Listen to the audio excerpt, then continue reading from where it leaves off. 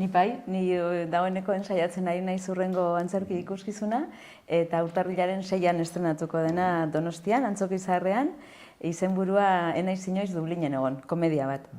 Bai, Bizkaiko mutil gazte batek idatzi duen komedia berri bat, eta horrekin, ari gea buru belarri. Nik Durango aurre honetan badauzkat hainbat hegazkin hor despegatzeko zain, eta oraintxe hondamendiarekin gabiltza, hasi berritan, baina laizter etorriko dira, batetik Mikel Laboaren inguruko komiki bat egin dugu. Unai Iturriaga eta biok egin dugu gidoia, eta Joseba Larratxek marraztu du, 2 urte eta erdi pasa ditu hori egiten, oso lan librea da, oso egin dugu bere espiritua edo dena delakoa saiatu gara hartzen, ez hainbeste bere bizitza eta nolabait iruditzen zaitu hor dagoela Laboaren espiritua da oso pozik gaude lan horrekin. Eta beste lantxo batzuk ere badira, baina berehalakoa hori. Ze ondo.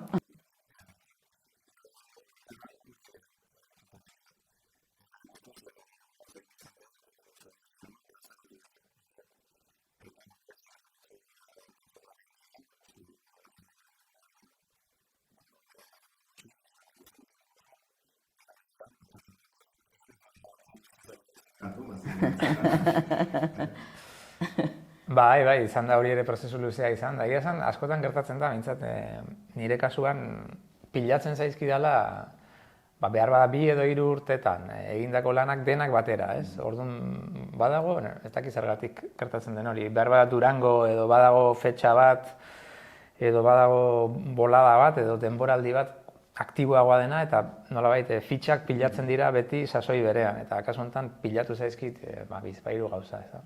Egia da, ez direla presak egindako gauza, baizik eta aspalditik datozenak, eta norberak aukeratu gabe horrela suertatu da, eta hondamendia bai, izan da, idazketa lan kolektibo bat izan da, gauza bat enkargu bada, beraz, Zaldibarri buruz eta pandemiari buruz idaztea, eta apiskate Simon Fuchsekin hasi nintzen personajeak elkarrekin adosten eta diseinatzen, eta gero haiekin egon naiz desente entseguetan.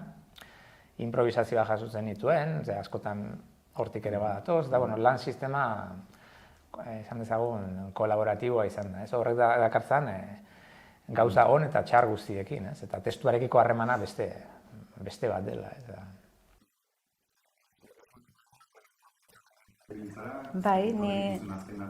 Bai, aktore moduan oaintxe bertan semea pixkatxo bat motelago dabil soilik, izenburua duen ikuskizunarekin, urte hasieran estrenatu genduna, eta urtean zehar emanaldi desente egin ditugunak, eta oraindik ere gehatzen zaizkigunak, eta horrekin gustora, 3 hilabete egon gara egin gabe, orain udaran, eta pasadan astean Tolosan berriro hartu gendun, eta gustora, oso ikuskizun polita da. Guk oindala 5 bat urte ikusi gendun Buenos Airesen egon ginean, eta ikaragarri gustatu zitzaigun, eta geroztik beti horren atzetik ibili gara, azkenean produzioa bete gendun arte, eta erabaki gendula egitea, eta oso pozik egia esaten baldin badizut. Oain horretxekin nabil. Udaran egon naiz beste ikuskizun bat zuzentzen Kostarrikan, baita ere polita izan dana, eta oraindik ere preso dagoen Abdullah Öcalan izeneko preso politiko bat, Turkian kartzelan dagoena, eta berari buruz Bizkaiko gazte batek baita ere idatzi zuen tekstu bat, eta nik zuzendu dana. Eta etorriko dana feriara, Donostiko feriara, baita ere Bilbora eta Gasteizea etorriko da ikuskizuna, beraz gogotsu, jendeak aber nola hartzen duen.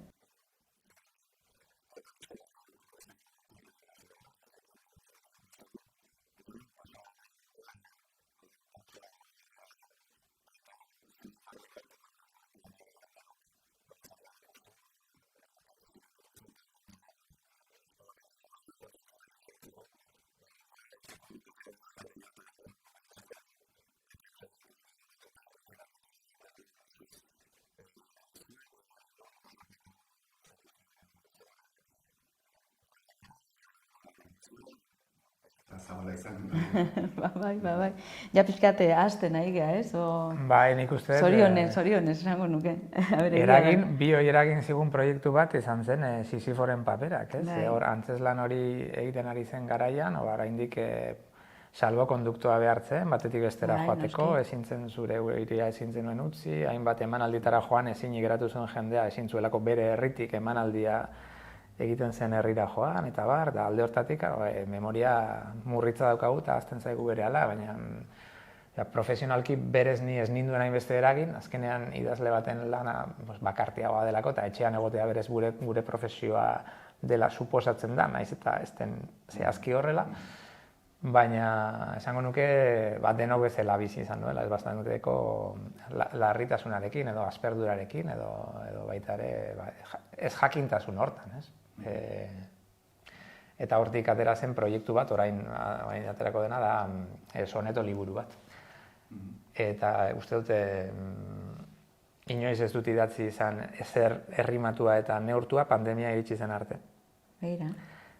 Eta iruditzen zait behar bada, hori psikoanalista argentinarraren interpretazioa da, baina igual behar nuen sudoku bat bezala, zerbait zehatza, kontrolagarria, struktura ertsi bat zeukana, soneto bateko oso struktura zehatza dauka da oso itxia, eta igual horregatik, pandemiak eraman ninduen, titularra hori da sonetoak idaztea. Eta hori... Ez da hogizki. Zerbait positiboa aipatzearren. Nere burua harritu nuen horrekin, behin idatzi duzunlarik hainbat kontu, gero eta zailagoa da idazten duzun zerbaitekin zure burua harritzea, eta nere burua topatzea. 47 urterekin sonetoak idazten, esan zen. Eta baina, orain dekan ere jendeari aipatzen dio danean, pixka eta raro begiratzen dit, seguro ondo zaudela, sonetoak. Bai, muga baina aldi berean segurtasun bat, ez? Nire sensazioa eta nire deskubrimendua sonetoekin zen ikustea lanaren erdia berak egiten duela. Zuk lanaren erdia egiten baduzu, egiturak, rimak, agapaldiek egiten dute lanaren beste erdia. Eta orduan, dugu zerbait adiktiboa. Eta niretzako hori zen deskubrimendu bat, ez? Pixkat Rolls Royce batean sartzea bezala eta zaten dugu, wow. Ez nuke inoiz hau gidatuko, baina ze ondo dagoen. Gidatzeko baimena aterako dut. Orduan, nik gidatzeko baimenik ez daukadan honek, pentsatu nuen Rolls Royce hortan merezi zuela, ez? Ikusten nuelako ze ondo diseinatua zegoen, ze ondo pentsatua dena, ez? Sonetoaren barruan. Zentzua dauka, esaten duzuna, ia da. Irakurri beharko dugu. Arrisku hori hartzen ez zuen gain. Gu okerrena, begira, ikuskizun berri bat estrenatzekotan geunden, eta Victoria Eugenian ensaiatzen geunden, eta justu etorri zen seguridadekoa, eta esan zigun egun hortan bertan dana itxi egiten zala.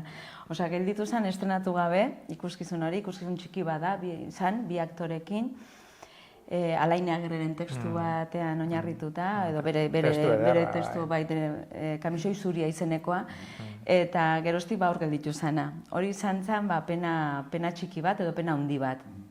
Gero, guk nola antzerkia egiten dugun eta zuzena behar dugun, derrepente gure lana langabe geratu ginen. Emanaldi guztiak bertan berak geratu zian. Naiz eta gero asko eta asko beranduago egin diran, ez? Baina, derrepente izan zen, denboraldi luze bat, ez gendula diru sarrerarik, ez gendula ezer, esan nahi dut, ez? Guretzako gogor xamarra izan zen. Gero, hortik urtetzen hasi ginen einean, pixkanaka, gero Sisiforekin Madridea joan ginean adibidez, 10 aktore ginean, eta beldurra zen egunero, COVID proba egiten zigutela, eta orduan, norbaitek ematen baldin bazun positibo, bertan bera geratzen zala. Eta zorionez, ez zan gertatu, hilabete zeon ginean egunero, esan nahi dut bilur horrekin, ez? Baina baitaren ikuste dute, ez dakite, indarrarekin edo pozik egoteko, edo ez dakitzeatik erabaki gendun, ordura arte Erlauntza izeneko antzerki ikuskizuna eginda gendun, eta erabaki gendun grabatzea. Eta orduan izan zen erabaki potolua, aurretik lana egin da zeon, aktoreekin, interpretazio aldetik esan nahi dut hori dana egin da zeon, baina, pelikula bat egitea, kriston lana da. Baina, bi astetan egin genduen, eta bi hizkuntzatan, euskeraz eta erderaz, ez? Orduan, ba izan zen, ez dakit, bizitzako indekzio bat bezala, osea, izan zen guretzako, konturatzea, aurrera jarraitu genezakela, ez? Eta horrek nik uste dut, postasuna emoten da bela. Eta ekainean edo uztailean grabatu genduen, eta irailean estrenatu genduen. Orduan, niretzako, badago, martxoan konfinatu baziguten, martxotik ekainea, etzan hainbeste denpora pasata, nik kriston lana neukan gainean, ez? Orduan, horrela, gazi gozoa, esan nahi dute, pixkaten egon ginen ezer gabe, joia auki genduen, eta errepente aurrera, gora ateatzea erabaki genduen, bai.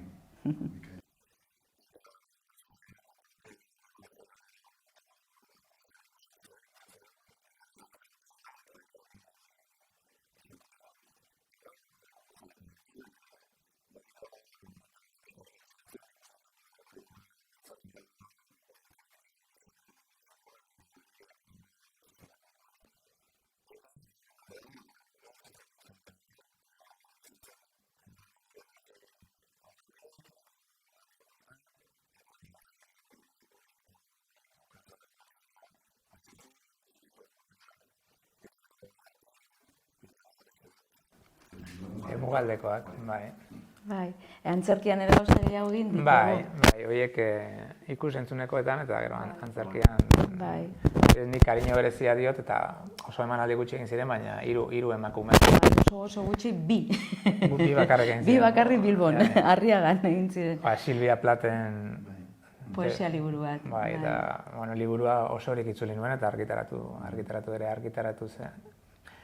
Eta uste dut oso gauza fina zela, Nik uste dut oso ondo pasatu gendula, aurre egiten, eta euskeratzeare polita izan zen, gure artean baita gauza ikusten genitun, eta hori, esan duzun bezala pena izan zen, bi emanaldi bakarrik egin zirela, eta gaina aktorentzako pentsa bi hizkuntzatan egitea, egunean bat eta beste egunean beste bat egiteko, ez? Baina, ohituta gare, baina egisa da niretzako ere kariñoz gogoratzen dudala lan hura, osea, polita izan zen, bai. Hori da zuen anomalietako bat ere, hau da, ez bakarrik emanaldi gutxi edo asko, baizik eta bi hizkuntzatan lan egitea hain segidan, lehen garai batean gau berean ere egiten ziren bizizio. Ia danak egiten ziren horrela, egun berdinean, zapatu batean egiten zen 8 bat eta 10 beste bat. Osea, bata hizkuntza baten da bestea beste hizkuntza. Aktore berdinekin, ez hori herrialde gutxitan. Bai. Gaztea ginean, orduan normalago zen, oain, behintzat, herri batean, hizkuntza batean, da beste batean, osea, errezago da, baina, gure erabakia da baita ere bi hizkuntzatan lan egitea, ez? Osea, algen duke bakarrik bat aukeratu, baina, gure aukera da. Nik zalantza desente ditut beti horrekin, edo burruka desenteko daukat dena denez, zenbateraino merezi duen, edo merezi dugun, edo merezi duten. Hau da, horrela utziko du. Beste bateak utziko dugu, hau. Zure galderari hasierakoari erantzunez pixkat, nik Mireia lehenago ezagutzen nuen telebistatik, noski. Telebista da eroale handia, ez? Eta uste dut, nik gogoan dudan lehenbiziko telesailak Jaun da Jabe izango zen. Jaun da Jaben deskubritu nuen aktore bezala, izar bezala. Eta gero, hainbat urte beranduago, berarekin lana egiteko sortea. Ez dut gogoan zehazki noiz ezagutu ginen. Neupestu gogoratzen, nik Arkaitz ezagutzen dut, idazten hasi zinean seguruenik, bere liburuak irakurtzen ditulako, nire etxian, esan nahi dut, poesia, hasteko, ni, asko gustatzen zitzaidan, esan behar dut, gero eta gutxiago irakurtzen dut poesia, baina gustoko dut eta orduan ezagutu nuen, eta gero, ez dakit, bizitako nola elkartu gaituen, edo ez dakit, baina pozik nago. Baita, proiektu politak izan ditugu tartean, eta humorea ere, ez, aspaldian, barba ez guain beste egin, baina humorea landu genuen elkarrekin lehenbiziko proiektuan, segurazki, Martin izango zen, ez? Hori da, Martinen. Eta sitcom bat. Hori da, gidoiak idazten zen dituen, azkenengo denboraldietan, eta gero, ez dakit, baina batez ere, begira, gauza esan behar dizut, oso erreza da Arkaitzekin lan egitea, eta hori da, nik uste garrantzitsuena. Ze askotan, ulertu behar gara, baita ere egiten dugunun artean, ez? Eta Arkaitz beti oso zabali dago gauzak entzuteko, nahiz eta gero bere erabakia azkena beria da, ez? Baina nik uste dute gauza asko eukitzen ditula kontuan, eta hori oso importantia da, ze batez ere zuzeneko gauzetan. Askotan esaten dugu, zerbait irakurtzen duzunean, zu denbora daukazu etxean lasaiago irakurtzeko, berriro irakurtzeko, nahi baldin badezu ikusi, eta ez dute ulertzen hitza, zer esan nahi duen, zoaz begiratzea. Baina, karo, zuzeneko gauza bat, ni beti esaten diodan arkaitz, da, momentuan entzunte duzuna ez baldin baduzu ulertzen, akabo. Osea, ja galdu duzu zure aukera hori, ez? Eta horri biltzen gara askotan, nun jarri... Nik asko ikasi dut haiekin lanean, ez nahi dute... Eta, bueno, oraindik konturatzen naiz oso galduta ibiltzen naizela askotan, Zera, azkenean gu gatoz hitzari diogu fedea, eta hitzarekin egiten dugu dena. Eta konturatzea audiovisual baten edo antzeslan baten edo berdin zait gala baten. Gala, hori beste bateako beste baina gala generorik zailena. Gala bat egiten duzu behin, beti egiten duzu gaizki, inori ez zaio gustatzen, inork ez du egina, inork ez du aurkeztu nahi, baina egin behar da. Eta horren, klaro, genero bakoitzak badituela bere eskaerak eta bere exigentziak soneto batenak baino askoz gogorragoak. Eta askoz ere esker txarrekoagoak. Eta alde horretatik, azkenean idazle izatetik bihurtzen zera pixka bat hitzaren langile, edo hitzaren transformazioaren langile, hitz horrekin zer egin, nola esan, eta hitz idatziari diozun fede hori relatibizatzen joaten da, beste gauza batzuen mesede.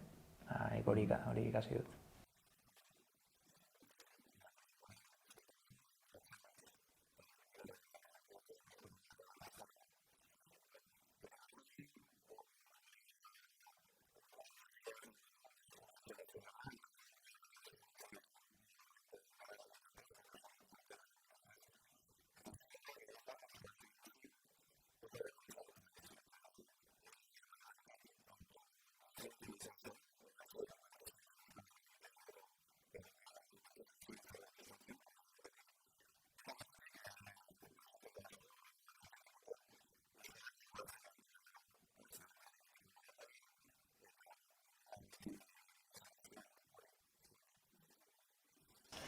Auto bat izan zen, nire kasuan nik esan behar dut, nik txikitatik beti euskaraz hitz egin dudala etxean, niretzako oso normala zen euskaraz bizi izatea, nahiz eta erderaz ikasi nuen eskolan, eta lagunen artean ere auzoa horrelakoa zalako, kanpotar asko zeudelako eta asko hitz egiten zen erderaz, baina bueno, nire kasuan nik beti euskara sentitu dut nire barruan daukadan zerbait edo lehenengo hizkuntza hori, ez esate bateako. Orduan ni etorri nintzen Donostira, Bergaratik etorri nintzen antzerkia ikastera, baina baita pedagogia ikastera. Eta orduan akordatzen naiz apuntatu nintzala lehenengo urtia zen orduan fakultatean, unibertsitatean euskeraz egiten zala pedagogia, eta orduan pentsatu nuen euskeraz egingo nula, nahiz eta niretzako zaila zen. Eneukalako ohiturarik euskeraz ikasteko, euskeraz idazteko, nik egaetara nun Bergaratik alde egin nuenean Donostia etortzeko, baina orduan nik oso Bergarako euskera neukan, batua orduntxe hasten zen, esan nahi dute asko jo naiz atzekaldea, baina eta kostatu zitzaidan, gogoratzen dute, kostatu zitzaidala, lehen esaten nintzuen bezala, baina, klaro, nik Freud erderaz irakurtzen nuen, gazteleraz irakurtzen nuen, eta nik lana euskeraz egin behar nuen, orduan, klaro, derrepente bihurtzen nintzen itzultzaile, eta nien egon prest Freud itzultzeko, ulertzen didazue, orduan, niretzako izan zen, nahiko, susto handi bat izan zen. Baina, klaro, paraleloki, antzerkia ikasten nahi nintzen, eta gero tantakatik deitu ninduten, eta ni hasi nintzen antzerkia egiten, eta orduan euskeraz egiten genduen antzerkia. Eta lehenengo ikuskizun haiek baita ere, zaila zen euskera aurkitzea, zein zen euskera egokia batez ere antzerkian egiteko. Esan dizuedan bezala, batua orduan, baina egiten ari zen, eta bakoitzak altzuena esaten zeban, bakoitzak gure herritik entozen gure euskerarekin, eta orduan derrepente ikasi behar izan nun beste euskera bat. Niretzako izan zen beste hizkuntza bat bezala, pixkatxo bat esateatik, eta ikasi nun beste euskera hori, eta beste euskera hori izan lan egiteko, ulertzen didazue, lan egiteko hizkuntza euskera hori beste bazan nik txikitan neukana baino, ulertzen didazue.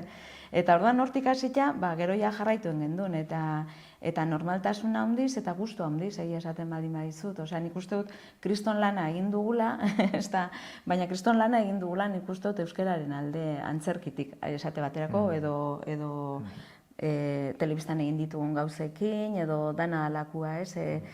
Ze euskara nik uste dute bizitu egin behar zala, hizkuntza bihurtu behar zan, baina egunerokotasunean, ez bakarrik etxian, eokalian, hori igual errezago zana, baizik eta antzerki obra bat egiteko, gauza handi eta hitz egiteko, ez dakit, o beste idazle bat hartu eta euskeratu, eta, nik uste dut hor, niretzako, esan nahi dut, garbi neukala hori egin nahi nula, eta hori egin nuen.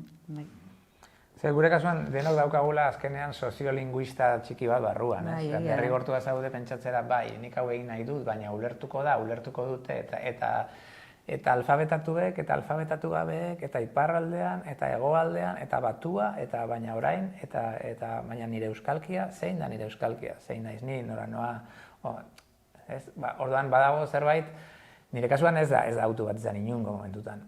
Ikastora guten itzanean ipuinak egiten dituen euskeraz, eta jarraitu dut euskeraz gauzak egiten, autu bat izan da gaztelaniaz egitea, hori bai. Egin behar izatea, edo egin nahi izatea, edo biak. Baina euskara ez da izan autu bat. Eta gero egia da, gure kasuan behar bada, hainbeste dagoenean egiteko, Freud itzultzea adibidez, derrigortzen gaituela, edo derrigortu izan gaituela urtetan, gu garen baino hobeak garela irudikatzera.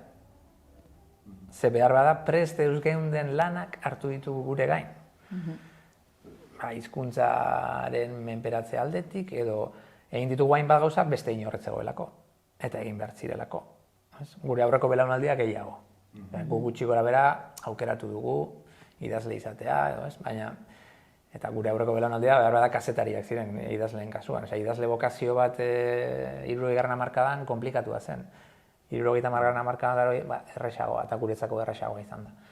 Baina bai derrigortu gaituen sensazioa dukat, hau ez dago itzulita euskerara, nik itzuliko dut. Prest nago, ez. Alemana badakit, ez. Itzuliko dut idazle aleman bat, hiztegi baten laguntzarekin, eta ez dakidan frantsesaren albo laguntzarekin, eta lardaska dakidan gaztelaniaren laguntzarekin. Eta egiten duzu itzulpen bat. Eta ez zara munduko onena hori egiteko, baina momentu horretan zure auzoan ez dago ezta inor. Beraz, derrigortu izan gaitu, sartzea, gu baino hobea den norbaiten larruan, eta urteekin, sinistu nahi dut, zapur bat bihurtzen joan garela. Hobetzen. Lehen itxuratzen genuen, edo egin beste remediorik ez genuen, ofizio hori. Orduan, alde horretatik, euskera muga da ez da, izan daiteke, abantaila izan da, gauza batzuek komplikatuagoak zirelako. Orduan, gerrilleroagoak gara, prest gaude trintxeretarako.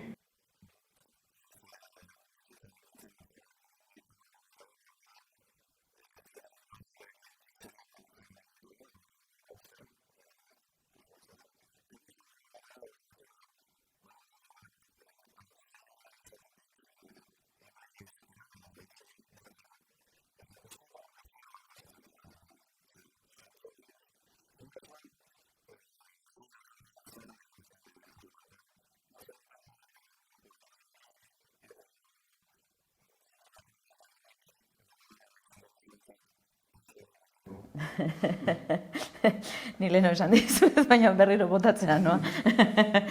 Nire kasuan, nire bertsolariak beti asko gustatzen zaizkit, ez? Eta etxean asko entzuten zan, irratian, eta txikitatik, eta beti izan ditut oso gustoko. Eta gogoratzen dut, garai batean, ziero maite mindutan negoela Jon Sarasuekin. Eta joaten ginen, baina astebukaera guztietan, nun zeon, area, herri hartara. Fernando eta Bixok, Bai. Joaten ginen bere atzetik, eta, orduan, egaina, eta, orduan zebiltzenak, ez? Baina gogoratzen dut, gero liburu bat idatzi zula, irakurri nula, eta, niretzako, referente moduan, esaten dut, tontakari bat dara, baina egia da, lagundu zian ondo pasatzen urte haietan, esango nuke, bakizu ez esan duten, ez? Nik uste dut referentzia hona dela hori. Oso ona. Oso ona, esango nuke. Niretzat, nera bezaroan, ni idazle izatera eraman induena, argita garbi Bernardo Atxaga izan zen. Nik askotan kontatu du, Nik 17-18 urterekin konpartitu nuen taxi bat Bernardo Atxagarekin, eta niretzako hori zen Scarlett Johanssonekin taxian joatea bezala. Eta nola zindazten, taxian? Bera astea zura, eta ni alde zaharretik Antigura gurasoen etxera. Begira. Eta orduan tramo txiki bat konpartitu genuen, eta Matia kalean iristen ari ginean, nik ikusten nuen ja Atxagaren konversazioa bukatu egingo zala, eta kriston pena neukan. Nik nahi nuen benetan Broadway bezala luzatzea Matia kalea, kilometrotan eta kilometrotan, Atxagari entzuten joateko. Astea baino laguntzia. Bai, orduan guretzako bazen, 15-16 urterekin, Obakoaken pertzan erori nintzen, eta nik hori nahi nuen, mundu hori nahi nuen, eta berak bezalako Jon Sarasua bezala, ni joten nintzen Atxagaren itzaldietara, eta Durangora, eta gero beranduago sarren handia, eta etorri ziren, baina lehenbizikoa Atxaga ipatuko nuke, eta hori bizidunen artean, gero jakina, gustoko idazleak Cortázar izan zen beste bat,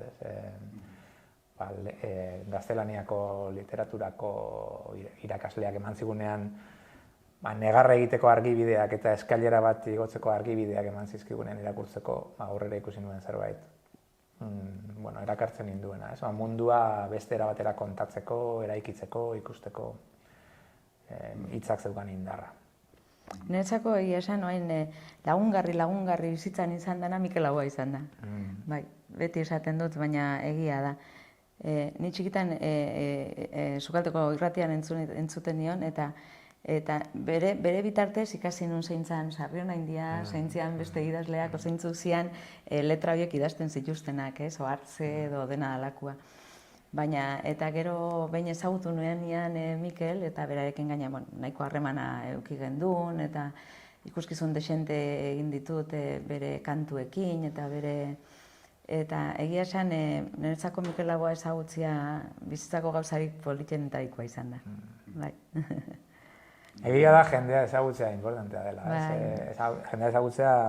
Benetan. Bai, Lasarten bizi nintzenean ezagutu nuen nik lehenbiziko idazlea izan zen Ezurreta eragi Mariasun Landa. Gure ikastolan irakaslea zen. Guri ez zigun inoiz eskolarik eman izan. Baina ikusten genuen pasilloetan. Eta ikustea idaztea bezalako profesio bat egiten duen jendea, edo beste dozein profesio hor da bilela. Karpeta pila batekin pasilloan barrena. Importantea da, gero eredu horiek dira posible egiten dutenak zuk hautatzea bat edo ez. Eta importantea da visible izatea, txikitatik, esango nuke profesio ezberdinak egiten dituen jendea.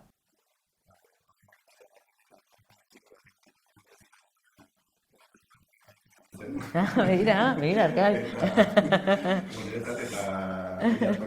Noski.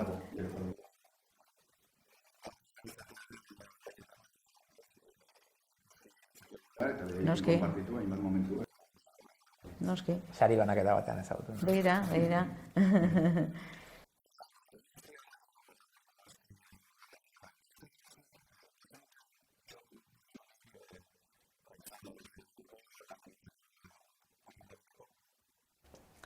Guk urtetan ensaiatzen genduen atxaldez, lauretatiko bostetatik 10etara edolako zerbait. Eta egiten genduna, ura ensaioa bukatutakoan, zehozejan, eta gero Aldezarrian bazeon Maruja izeneko taberna bat, eta han egoten ginen goizeko 4 arte edo, baina egunero.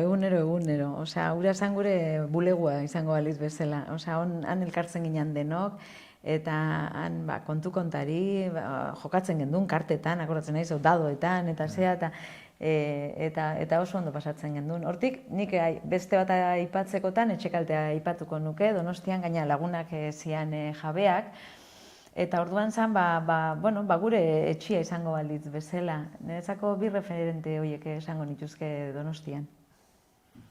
Marujari buruz hainbeste gauza entzun ditut. Baina gaztia zinean. Ez nuen ezagutu, eta beti daukat pena hori, leyenda Marujaren zera hori ez.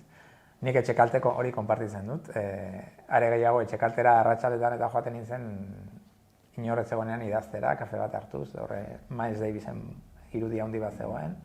Eta haren begiradapean eta jasa entzunez egoten nintzen batzuetan. Eta gero parrandarako guretzan urte askotan izan da geratzen ginen lekua Akerbeltz izan zen. Urte askotan, ostiralero, larunbatero, gaueko 10etan betian geratzen ginen. Eta, klar, hor ezagutu genuen poeta handi bat, dena Carmelo Iribarren, orduan ez genekien. Ez genekien poeta zenik, baina bitxia izan zen, ez? Hola, bueno, zoriaren opari bat. Eta bete gaina kontatzen dut, 14 urterekin, 15ekin etorren nintzen ni Donostiara, lehenbiziko aldiz Donostian integratua sentitu nintzen, Akerbeltzen kaina bat hartzera doan gonbidatu gintuzten egunea. Ez den askotan gertatzen Alde Zaharrean. Eta orduan zen, bueno, Donostiarra izatea ez da guain gaizki. Asko goratzen. Dena inguru berdinean, eh? Bai, 25 metrotan. Bai. Elkarren onduan.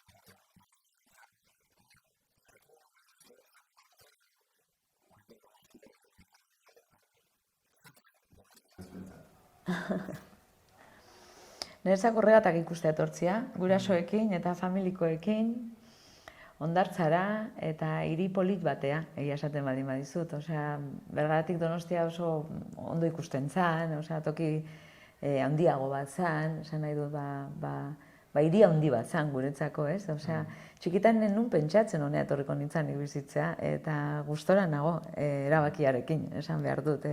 Asko gustatzen zaite, askotan hortik zehar gabiltzanean, edo kanpuan lanian, edo bueltatzen naizenean eta horri baitik sartzen garenean, errepente ondo sentitzen naiz, osea, gustatzen zait. Da, gauza asko falta zaizkio hiriari, noski, baina gauza on asko ere badauzka, eta nik uste dut herri handi bat dala, herri txiki handi bat, ez? Eta nik uste dut horrek badauzkala bere alde honak, eta nahi baldin baduzu pasiera politiak eman litzazkezu, eta gustatzen zait, eta norbaitekin egon nahi baldin baduzu aukera dukazu baita ere elkarre topo egiteko, eta orduan, niri gustatzen zait. Victoria Eugenia lan egitea ikaragarri gustatzen zait, adibidez, Antzoki Sarrian ere bai, baina esan nahi dute, niretzako izan zen, igual heltzen hasi nintzen beste hiri bat, eta ni ere beste modu baten ikusten nitzala, edo, haunditzen hasi nintzen herria dalako igual, ez? Bai. Alaba hemen gua daukat, esan nahi du, bizimodua hemen egiten duzunean, azkeneako, urte gehiago da mazkit hemen, Bergaran baino. Orduan, gauza asko bizi izan ditut hemen, ez? Bai. Bai, nire kasuan nire nintzen etorri, nire ekarri egin ninduten, klaro, 14 urterekin, etorri ginen bizitzera, arreba eta gurasoak laurok, ez? Nire arreba 8 urte gazteagoa, orduan, ni baino donostiarragoa da. Nik hasieran burruka desente izan nuen. Nera bezaroen erdian, zure lagun guztiaz, bizitza guztiko lagunak guztean, eta ona etortzea, bazen xok batez, ikastola txiki batetik, ikastola handi batera, ikastola oso gazte eta euskaldun baitetik, nahiz eta ez izan Lasarte bereziki euskalduna garai hartan gure ikastola bazen, oso aktiboa eta gaztea. Etorri nintzen Santo Tomas Lizeora, beste soziologia bat, jendea diferente janzten zen, inoretzen joaten txandalarekin, denek erretzen zuten, denek hitz egiten zuten gaztelaniaz. Eta orduan bukatzen genuen azkenian Urnieta, Orillo eta Altzako desplazatuak sortzen genuen alako erresistentzia taldetxo bat, eta kuadrilla alternatibak eta pixkanaka joaten ginen infiltratzen donostiar pedigria zeukaten besteekin, ez baina, hori prozesu bat izan zen, hilabete batzuk pasan dituen horra iristeko, ez.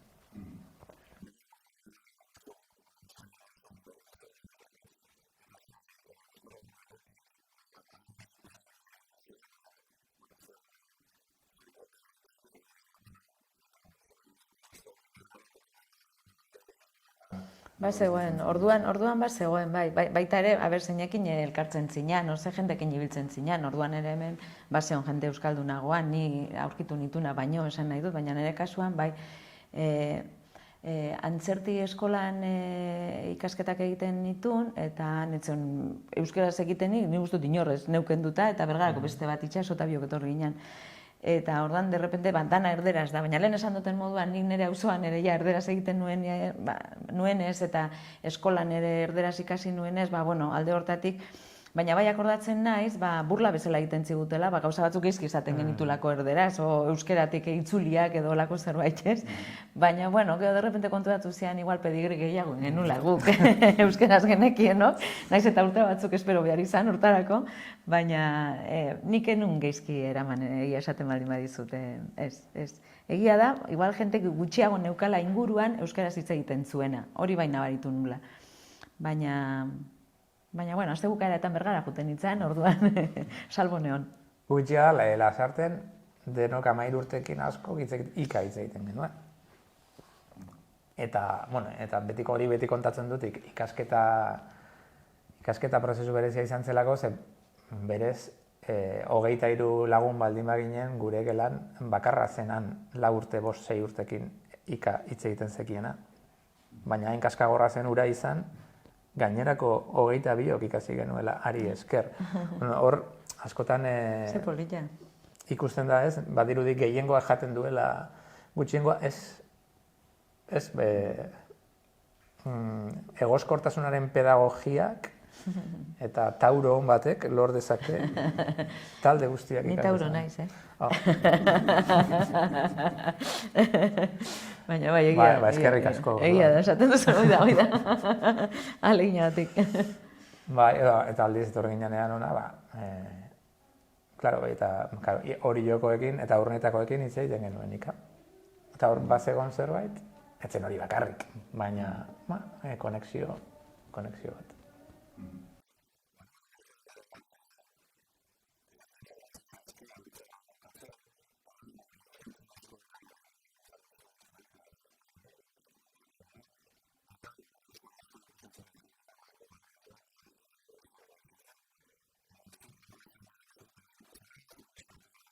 Bai, ni ja 18 bat, 20 urte bat. Bai.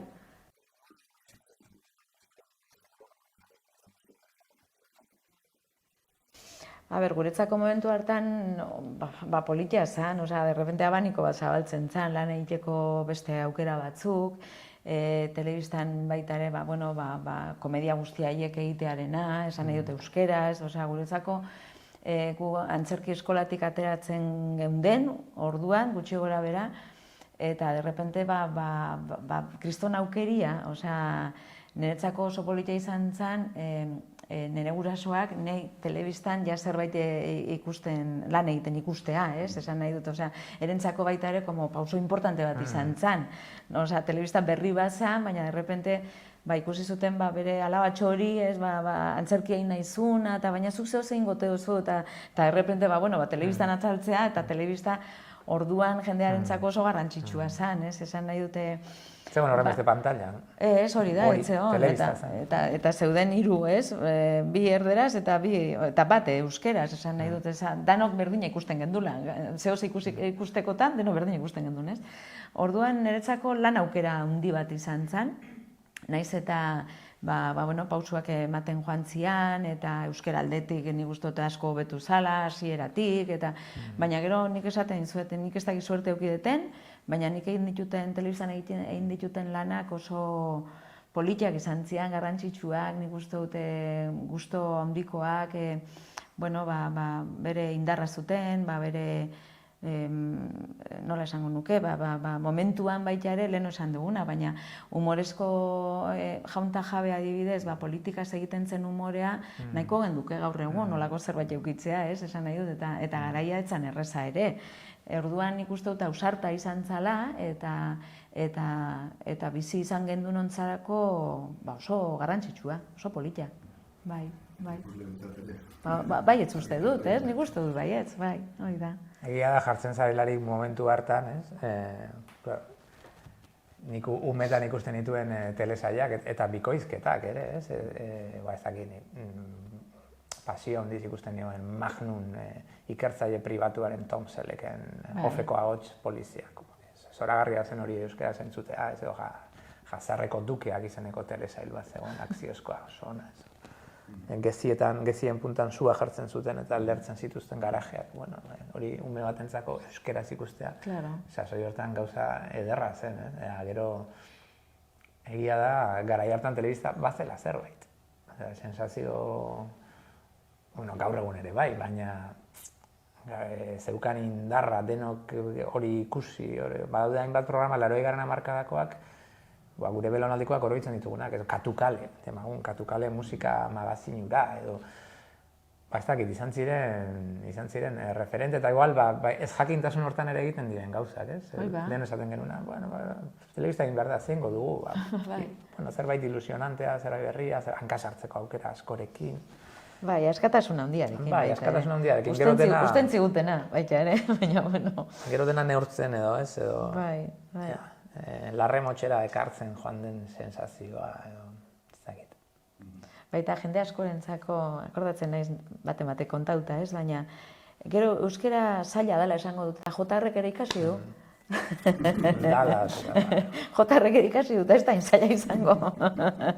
Jende askorentzako, de repente, usten zuten benetan euskera zagiziala, esan nahi dut honekin, ez?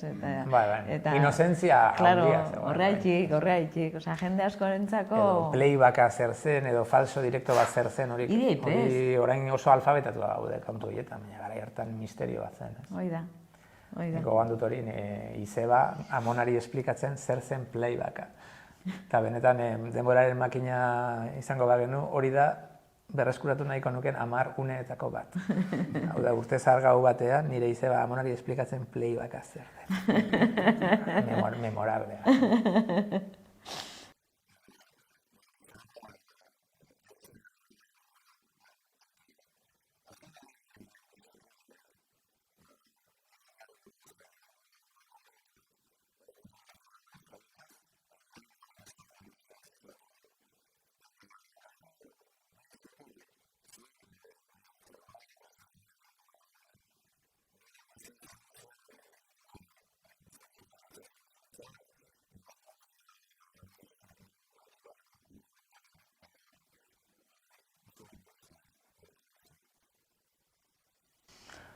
Nire kasuan muga mentala esango nuke. Niretzako txikitan iparraldea etzan existitzen. Osea, Euskal Herria gauza bat zen, eta hura Frantzia zen, horrela esaten dut. Horrela erakutsi ziguten. Eta gero pixkanaka, handitzen ari nintzen einean, de repente lebisak erostea joaten ginen Hendaiara. Osea, hori izan zen niretzako lehenengo kontaktua, arekin. Eta ezer gutxi gehiago, urte asko pasatu behar izan dira, gero ni konturatu nahi zeneako iparraldea zertzan, noski, eta ze garrantzitsua zen, eta leheno esan duten moduan, Zorroagan iparraldeko irakasleak genitun, asko eta asko, eta esan nahi dut, baina ja, 18 urte eta gero, ez? Baina bestela nik neuk ez dute harreman gehiegi euki, eta beti izan da, bueno, ez jaketan zuen handia euki dut gure beste esati horrekin, ez? Naiz eta gero heldu naizenean lan egin dut tango musikoekin, gauza asko jakin izan ditut, baina ez dut harreman handirik euki. Niko etxear entzuten genduen, esan nahi du, baina eskuekin kontatu lehizket iparraldeko hori, arte munduan, esate bateako, nire munduan, zeintzuk zebiltzan jakiteko. Osea, eneukan informazio hori. Oin bai. Ez. Ja ez ditut, lehibisak erabiltzen hasteko. Baina ez gero asko jakin izan dut, noski, eta asko gustatzen zait, eta nik uste dute noski oso aberasgarria dela, eta batez ere iparraldean nola bizitzen da euskara, eta hain garrantzitsua, eta egiten duzuen lana, eta hain da polita eta erakargarria, zer esango dizut, ez? Kantuak, hizkuntza, badana, oso aberasgarria, iruditzen zait. Nola bizi zara zu, beste galdean. Claro.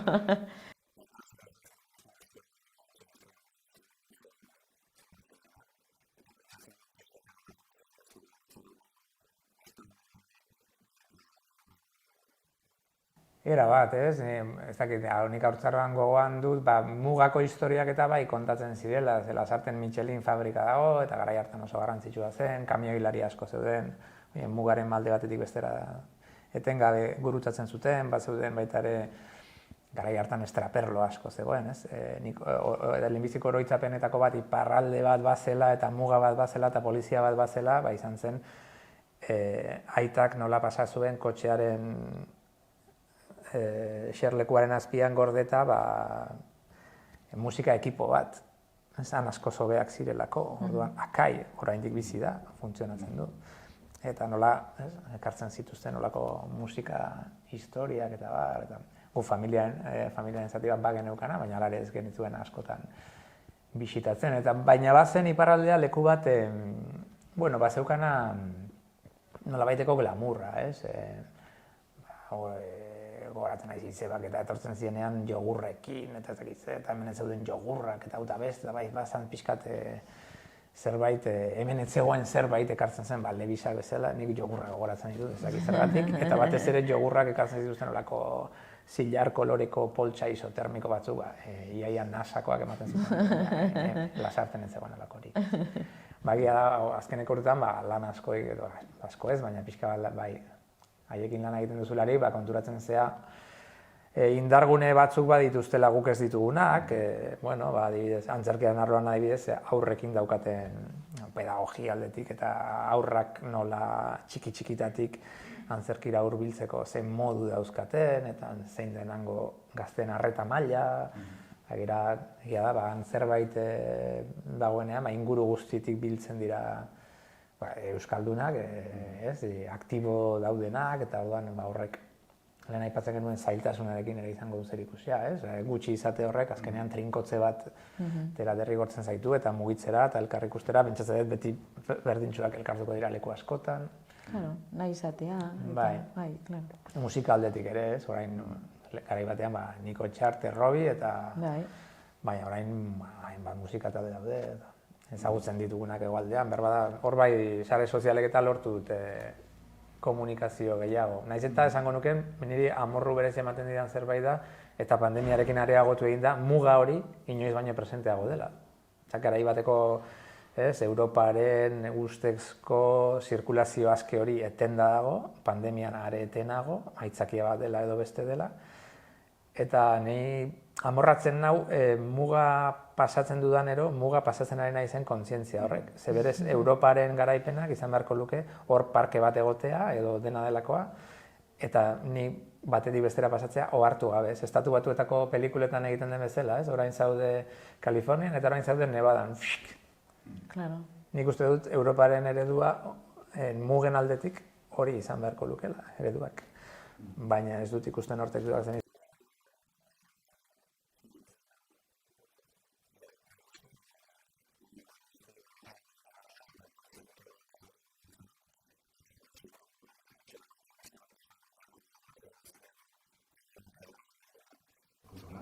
Eta lehen bai erantzun nahiko nioke zure galderari nola laburra da ere. Eta, euskalgintza.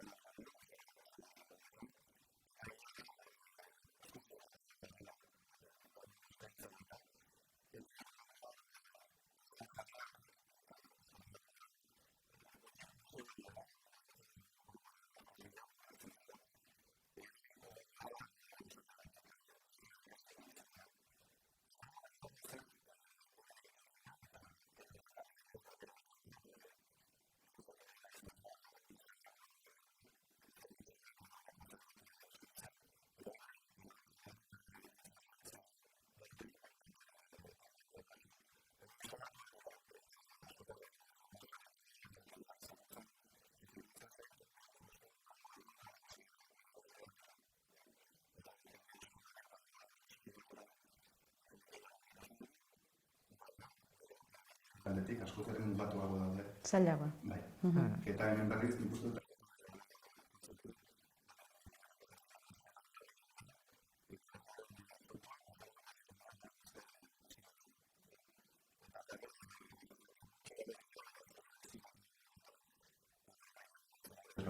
Normala den bezala, urte batzu, faltaz jan pixkatxoak gehiago lortzeko.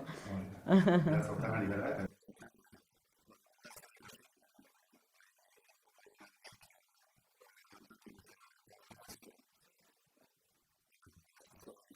Berdin. Mugaren alde honetan elkartzea. Seguro. Bidean izango dela izter, ziur. Beraz, mila esker. Eskerrik asko zeuri. Zuei. Mila esker zuen arretagatik, ikusten zuei, eta bere elkarteari aukera guen bategatik. Hoi da. Bueno, Mila esker. Beste bat aurre.